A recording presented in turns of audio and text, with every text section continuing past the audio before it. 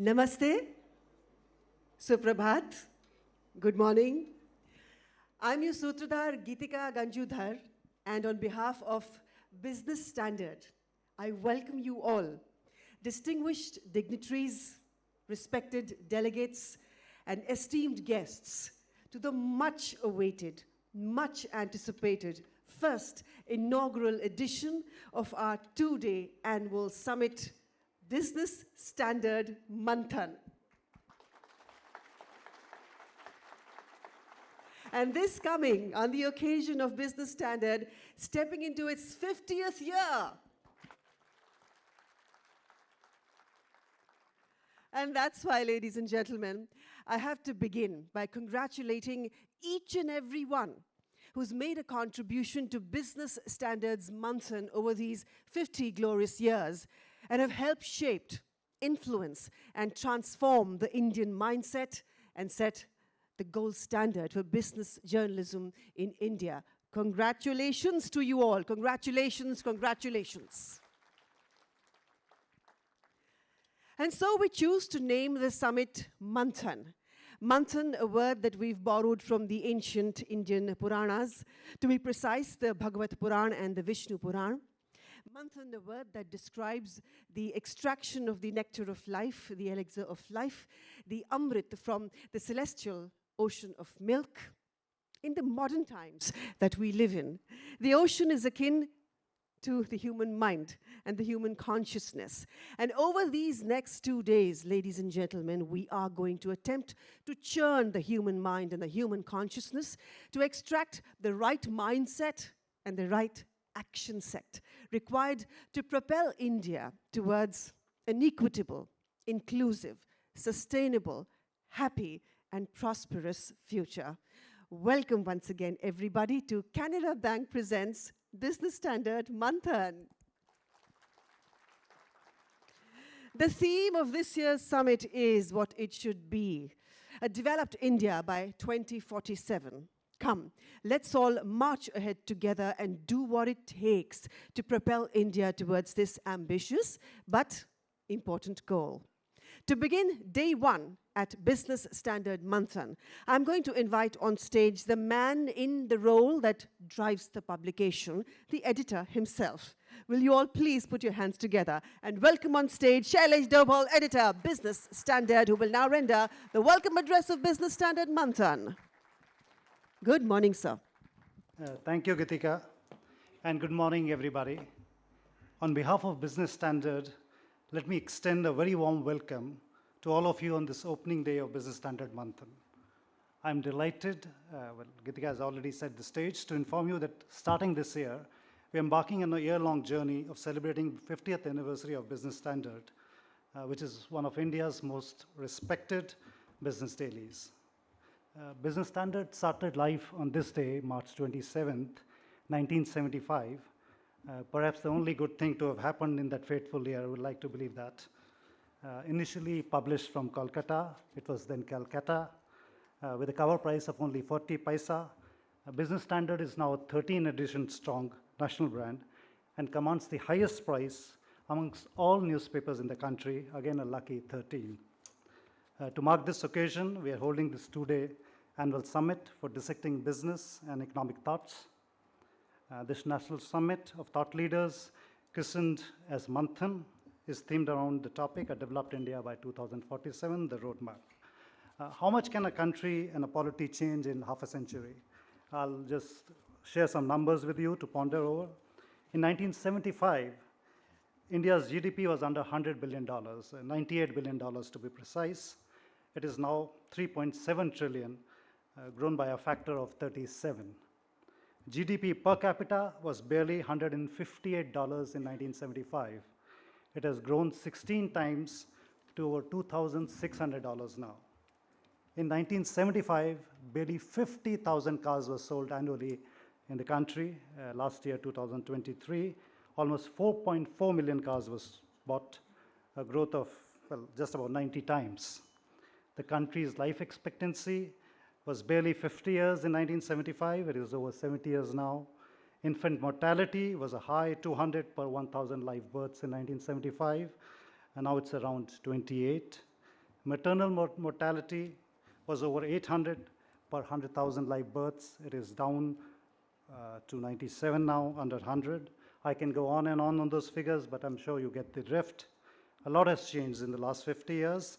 And as we look forward for the next 50 years to the 5 trillion, 10 trillion, 30 trillion GDP milestones, we hope this annual feature of Business Standard, the Manthan, will provide a forum to policymakers, government decision makers, industry leaders to deliberate on major economic, business, and strategic options and challenges that face the Indian economy and the many sectors that have the potential to drive the country's economic growth. For the next 2 days, we have lined up some of the best minds in the country and beyond to discuss, debate, even duel on a host of such issues. Hope you'll find it enriching experience and time well spent. Thank you, ladies and gentlemen. Back to you, Gitika.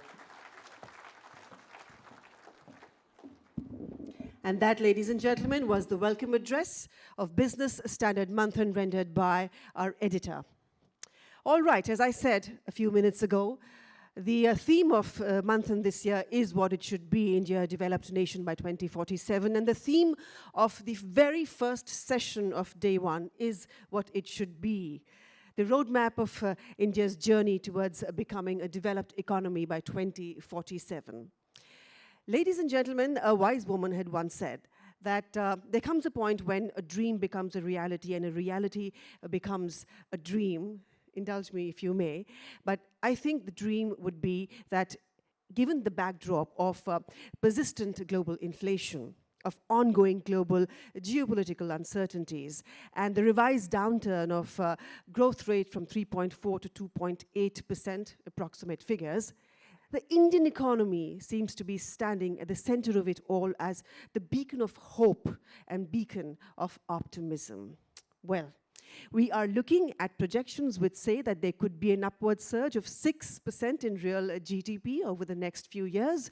And given our demographic advantage and our vibrant financial sector, we will soon be the world's fastest growing economy. We will touch that $5 trillion mark. We'll be by 2027 the world's third largest economy, and by 2047 a developed economy. Now, that's the dream. In this session coming up, we'll take a closer look at the dream, the possibilities, the challenges, and we'll share with you the insider's view of the reality on this topic. Ladies and gentlemen, taking stage in this session are stalwarts. If the theme is a perfect fit for the beginning session, then they are the perfect fit as it can get for this session. We are so happy to have in our midst today Mr. TN Ninan. Yes, ladies and gentlemen, and Akila Urankar. Allow me a few lines to introduce both of them to you all, properly, as they say. Now, Gordon Hinckley had once said that if you have to build a strong building, then you cannot do so on a weak foundation. You need to have a strong foundation to have a strong superstructure. So when today we say that Business Standard is India's most respected business publication, it's thanks to this man and the values and principles he injected into the organization. Yes. If we say that Business Standard is India's leading business publication, it's thanks to this man's tireless construction that he indulged in across the years to give the brand the stature that it has today. He was the visionary, ladies and gentlemen, who thought about bringing in the finest business publication in the world, Financial Times, via a tie-up with Business Standard into India at a time when roadblocks were aplenty in the form of regulations. He was the visionary who predicted how global media would, in the years ahead, be a mix of paper and digital. Really, the most respected business publication in the country is very happy to have in our midst the most respected business journalist, ladies and gentlemen. Please put your hands together and welcome him. And of course, Akila Urankar, longest serving CEO of Business Standard. She was the rock behind our people, our paper, and she's director on board of her Business Standard. Ladies and gentlemen, she is a part of that team that has created the Business Standard that we see today. May I please welcome both of them on stage. A thunderous round of applause for them, please. And to steer this first session, may I also please have on stage Mr. A K Bhattacharya, editorial director, Business Standard. Thank you, Geetika, for this introduction to Mr. Ninan and Akila. What we would do in the next 45 minutes is something different from what Geetika just outlined. We will, of course, talk about what has happened, what has changed in the last 50 years, or what will change in the next 50 years. But we'll go beyond, and we will try to understand from these two stalwarts what really made that difference in Business Standard, which made Business Standard what it is today. So we will have a mix of both. We will try to contextualize what's really happened in the last 50 years through their prisms, and how they looked at Business Standard from their vantage point. So let me break the tradition, and I will start with Mr. Ninan. So, Mr. Ninan, if I can go back in time, you joined Business Standard in 1993. If I think I've got that year right. And is that right? 1993? 92, okay. So, Mr. Ninan, you have to switch it on. Akila, you have to switch it on, yeah. So, if you joined in 1992, and you had already sort of completed a successful term as editor of the Economic Times, and you were if I remember correctly, you were running a business TV show at that time, Business Bate, which was also very popular. The Indian economy was going through a major transformation. The famous economic reforms had just been unleashed in 1991. India economy was going through a churn, and we are talking about Manthan here. So what kind of perspective did you have, given the background of the state of the Indian economy, as well as your own vision, viewpoint on what you needed to do for Business Standard, and why Business Standard, Mr. Ninan? Thank you, Ashok, and morning, everyone. I joined Business Standard initially as a consultant, and also they had a business magazine. Both belonged to the Anandabazar group from Calcutta.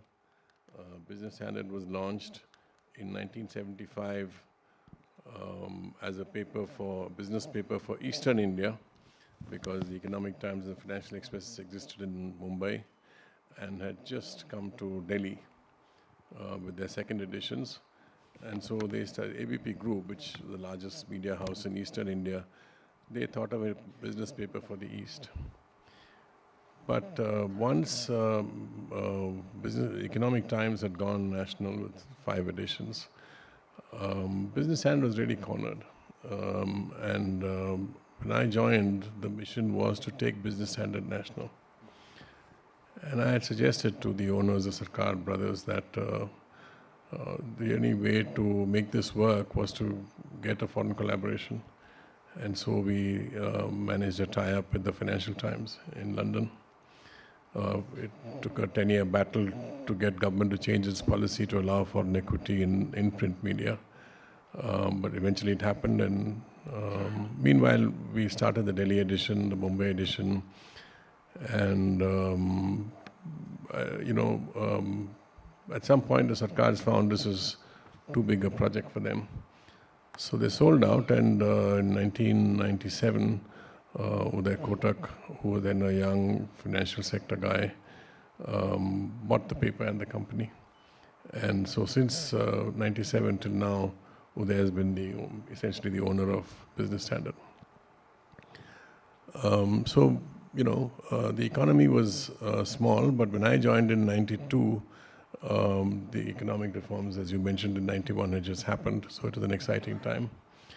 And it was also a good time, therefore, with a lot of financial news and economic policy changes, and the stock market was taking off. So it was a good time to expand and go national. And so we grew the paper, we added staff, we added pages, we added features, we had a lot of color features. And so we grew our national footprint, and the objective was to basically capture the top end of the market. Not to become the largest mass circulation daily, but to capture the thinking audience, the policy making audience, the decision making audience. So corner office people, people in top management, people in the financial sector, policymakers in government, economists. So it was targeted at that group, and we basically managed to do that and give it a national footprint. One supplementary, Mr. Ninan. When you joined Business Standard in 1992, that was not the first time you worked for Business Standard. You worked for Business Standard even earlier. In a different capacity, different role, even in Calcutta as well as in Delhi. When you took up that challenge in 1992, how different it was in 1992 and in your stint in Business Standard, subsequent to the 1992, how different it was from when you were earlier in 1970s and 1980s, you were with Business Standard in both in Calcutta and Delhi? Yeah, I mean, I joined, Business Standard was launched in 75, and in 79, they managed to hire the then editor of the Economic Times, Dr. D.K. Urankar, who moved from Mumbai to Calcutta. And Urankar was, beginning to appoint his own people and expand his team. Yeah. So somebody told him about me, and I was in the Hindustan Times. So I met him, and I joined as a leader writer on the editorial page.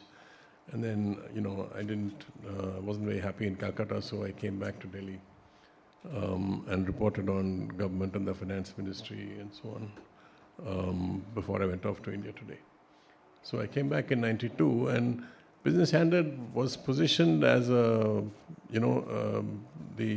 names of the papers. The Economic Times focused on the economy. The Financial Express focused on stock market and financial sector at that point.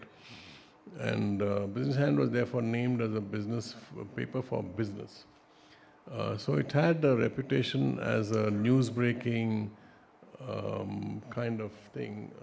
So even if copies reached Mumbai and Delhi from Calcutta sometime in the afternoon, there would still be stuff in the paper to read. But if you focus on a lot of scoops, very often you get it wrong.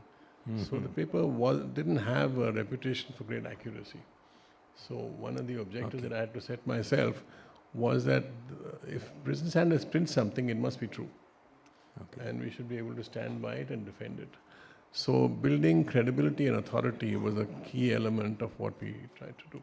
And how did it move so seamlessly to becoming an economy and policy paper?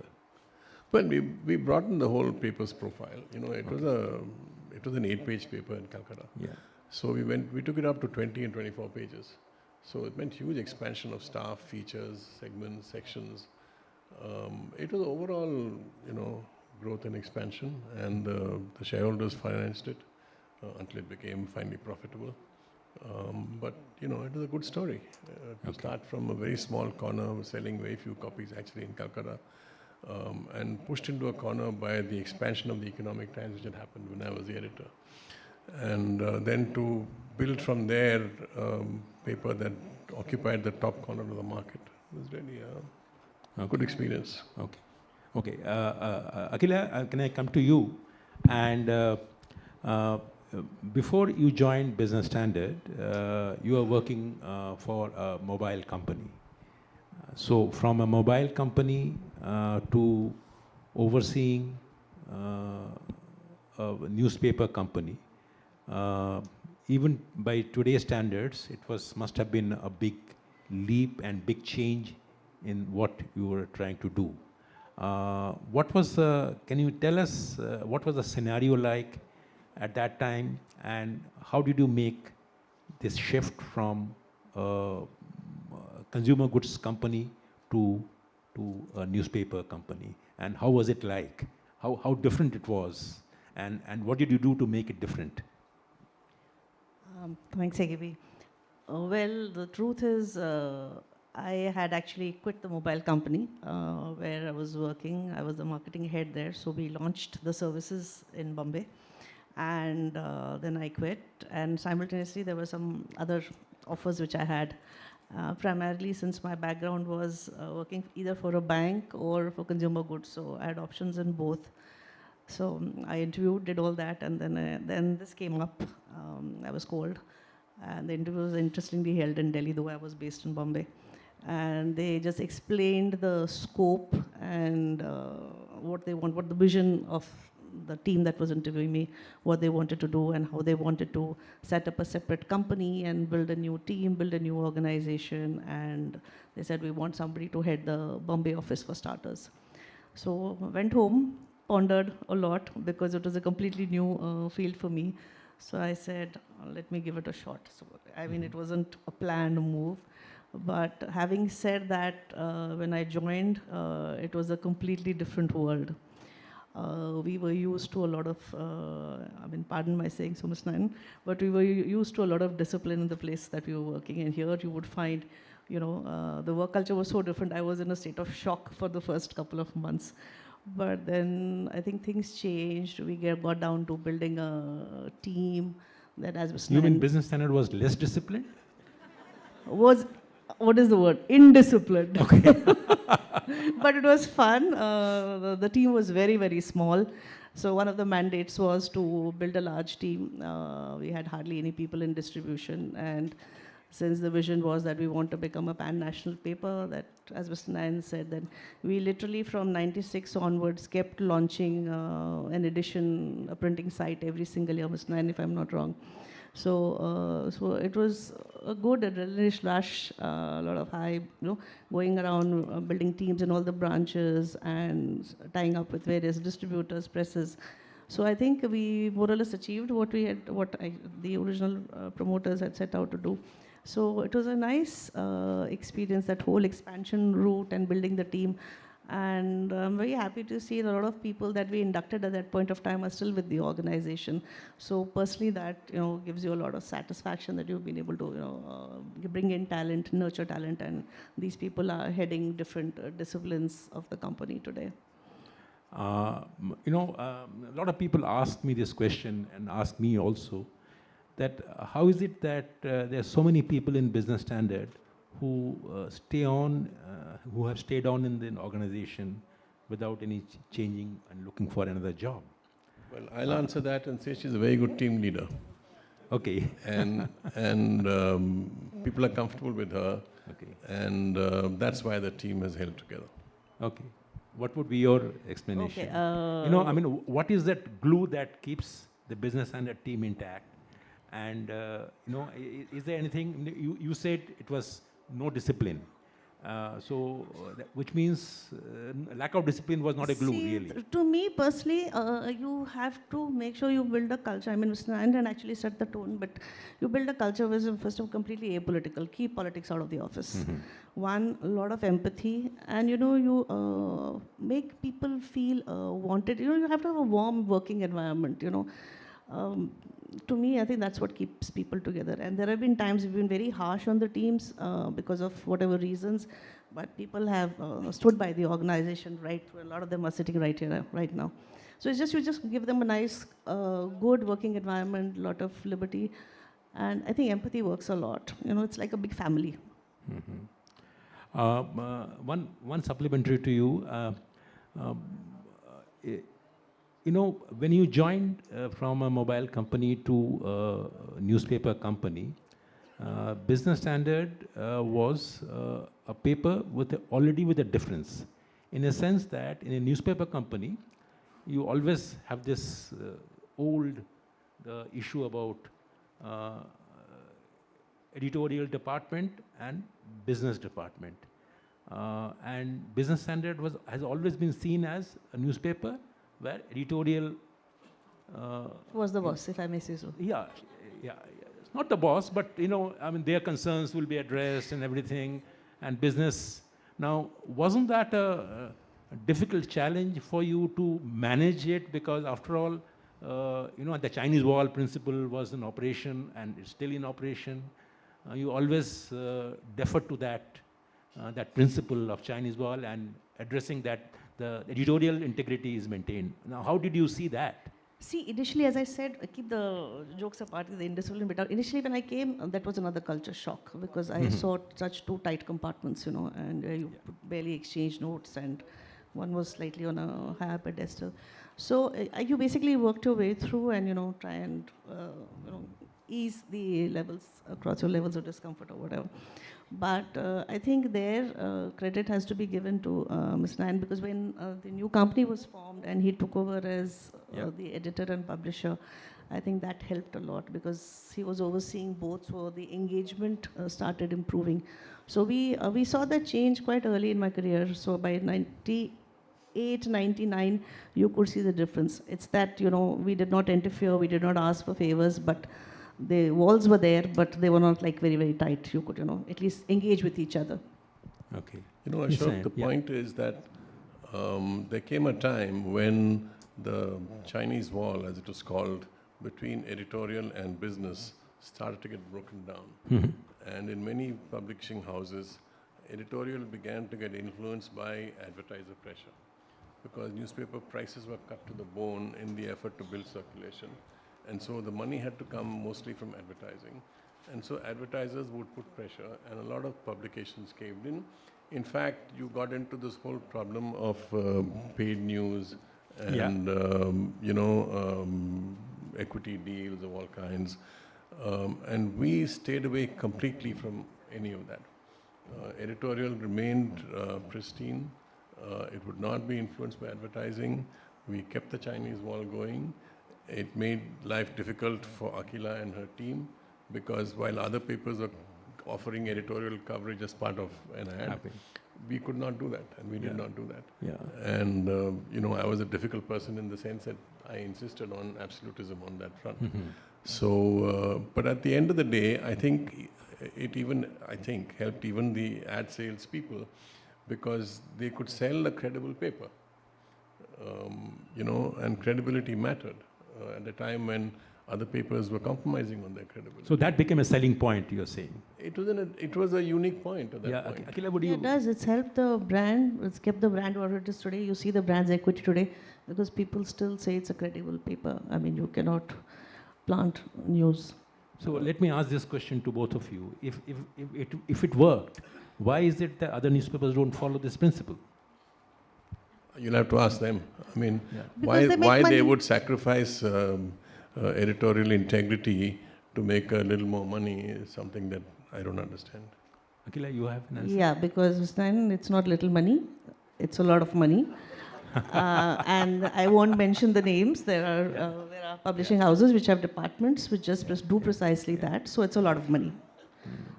You see, at the end of the day, the point is, what is the purpose of the business? Yeah. If the purpose of the business is simply to make money, you can set up any kind of business.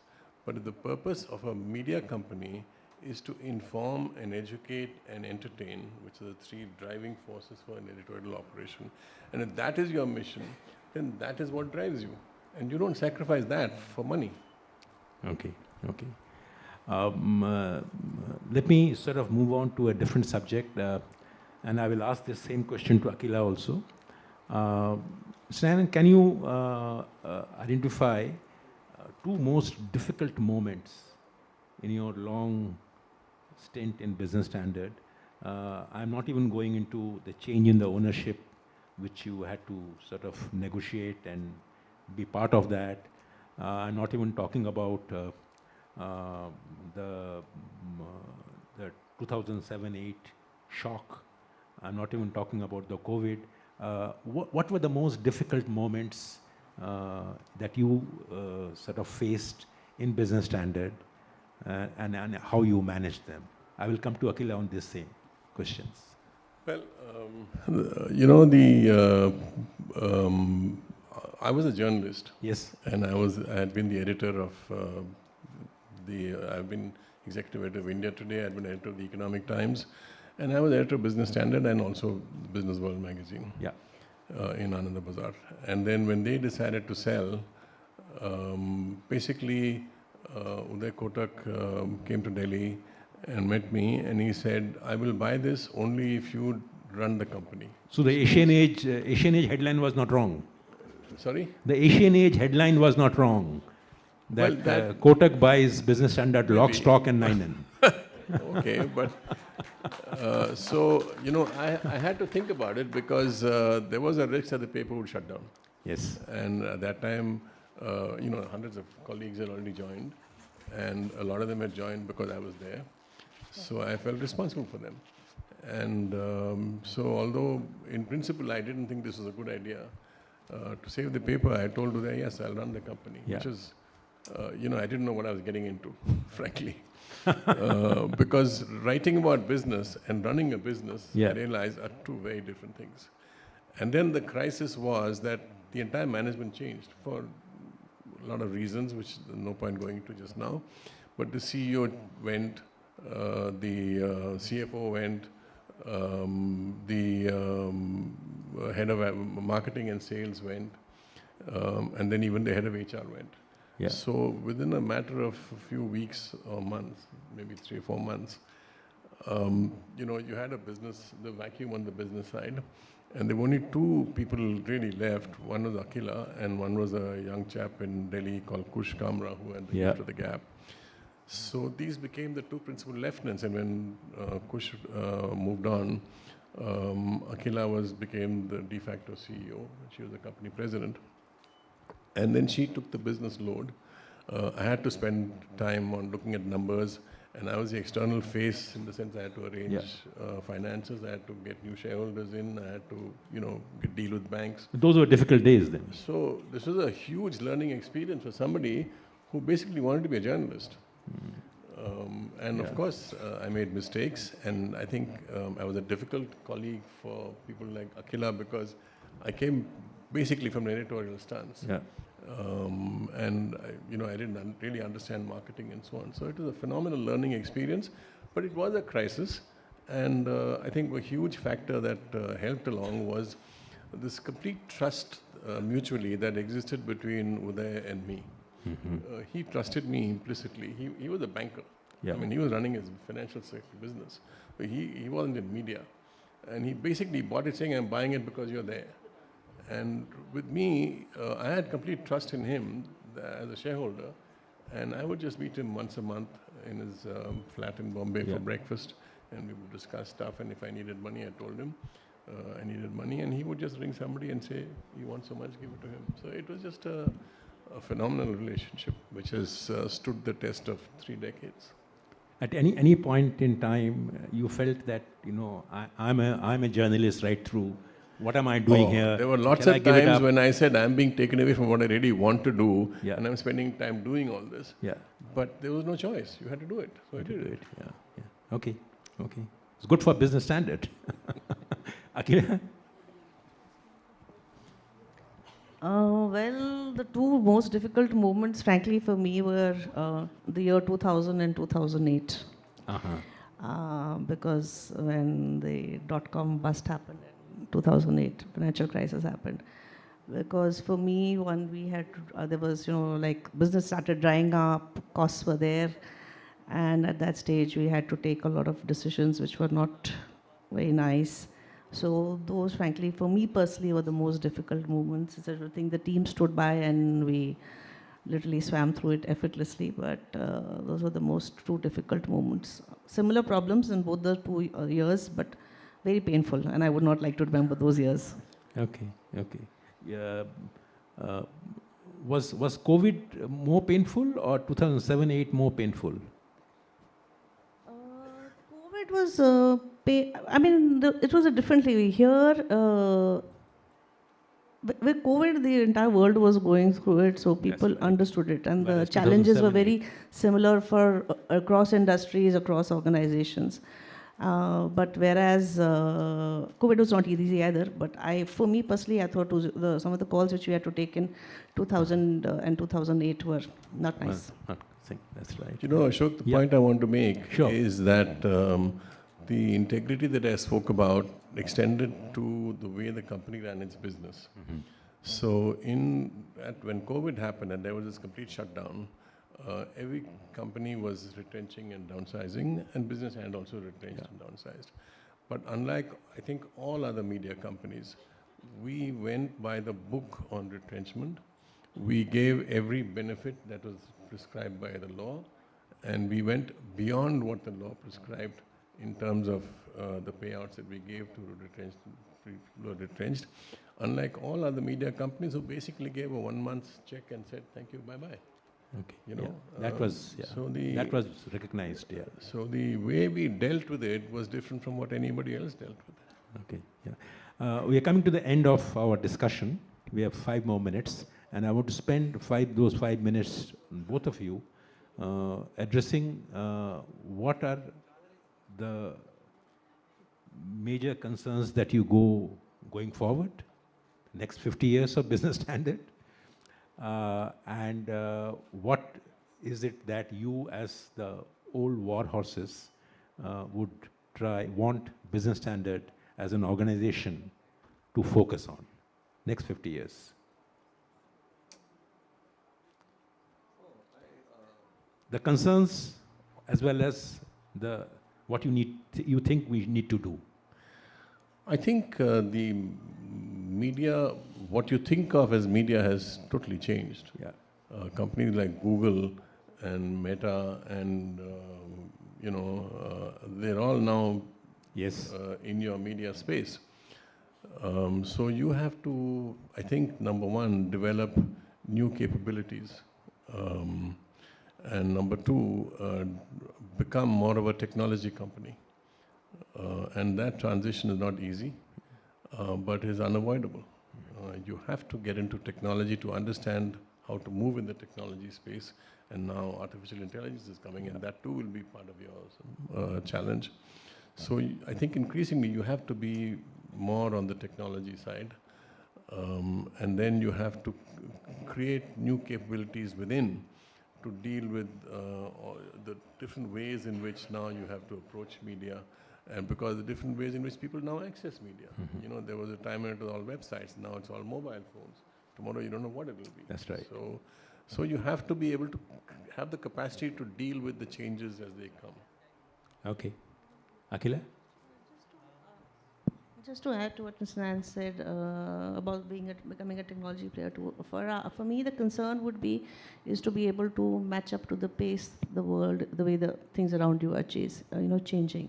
So that can be a challenge for BS and for a lot of other organizations. So you have to match the pace the way the world is, because by the time you are reached what you're there, technology has moved on further. So to me, that's the biggest concern. So the response time, you say? The response times will be very critical for not only for us, but for a lot of other organizations also. And I think the publishing industry is anyway facing that challenge today. If you look around you, it's a lot of other publishing players are facing that challenge today. Mr. Ninan, any big no that you should not do? What are the don'ts? I think you should be true to your roots and stay with the benchmarks for quality, integrity, and being the decision maker's first choice. Okay. Akila? Our whole thing on credibility has basically what has made us stand apart. So we have to hold on to that at any cost. And nothing should come in way of diluting that, because that is how your brand equity will hold up.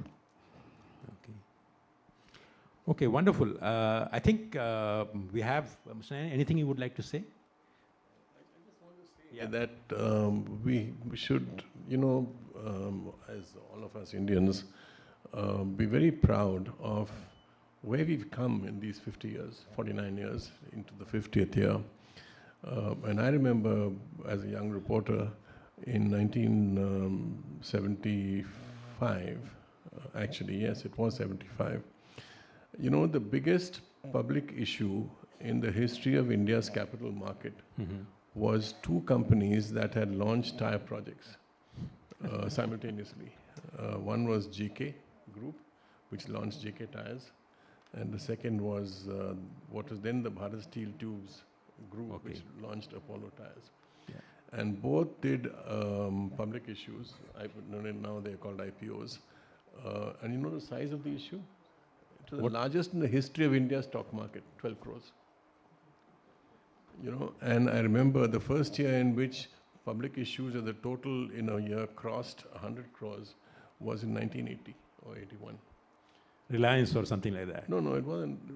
All told, not any one issue, but the total public issues, IPOs market in a financial year, when it crossed 100 crores was in 1980. Okay. And you know, the controls that were there, everything was controlled. You couldn't produce, you couldn't price. There were price controls on paper, soap, cement, steel, cars. You know, everything was under control. Price controls, distribution controls and production controls, technology controls, import controls. It was a crazy system. And the fact that we've completely transformed the economy in this fashion, we were out of step with the rest of the world. Now we are in step with the world. That's a big change. That's a big change, yeah, that's right, yeah. So I think let's hope that these changes will keep us going. We have come to the end of this discussion. We had a very good sort of going back in time, recounting of how Business Standard faced its challenges, what it did, what it did not do. Thank you very much, Akila. Thank you, Mr. Ninan, for being so candid and forthright. I'll give it back to Geetika. Geetika, all yours. And thank you, sir, for moderating this session. And thank you both very, very much for your esteemed presence at Business Standard Manthan. Once again, a round of applause, please, for them, ladies and gentlemen.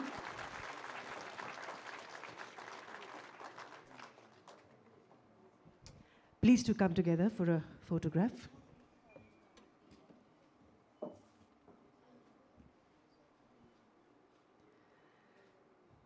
And thank you once again.